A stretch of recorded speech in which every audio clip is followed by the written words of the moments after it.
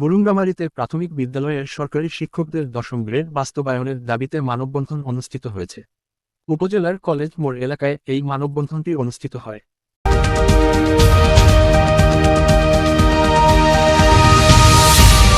কুড়িগ্রামের বুরুঙ্গামারীতে প্রাথমিক বিদ্যালয়ের সরকারি শিক্ষকদের চাকরিতে দশম গ্রেড বাস্তবায়নের দাবিতে মানববন্ধন করেছেন প্রাথমিক বিদ্যালয়ের শিক্ষকরা। বৃহস্পতিবার বেলা ৩টায় বুরুঙ্গামারী কলেজ মোড়ে ৩ শতাধিক শিক্ষকের অংশগ্রহণে এই মানববন্ধন অনুষ্ঠিত হয়।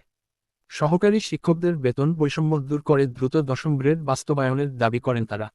এই মানববন্ধনে প্রাথমিক শিক্ষক সমাজের রংপুর বিভাগীয় কমিটির যুগ্ম সাধারণ সম্পাদক রোকন উদ্দৌলা রাসেল, উপজেলা শিক্ষক সমাজের সভাপতি আলাউদ্দিন সরকার, সাধারণ সম্পাদক সোহেল রানা, যুগ্ম সাধারণ সম্পাদক সজিবুর রহমান, সাংগঠনিক সম্পাদক আজাদুল ইসলাম প্রমুখ বক্তব্য রাখেন।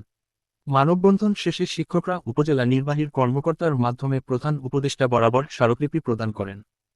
আস্তে আস্তে ভাই আস্তে আমি ব্যক্তহীন বলতে চাই, আমরা এই দাবিটা যতদিন পর্যন্ত আদায় না হবে ততদিন পর্যন্ত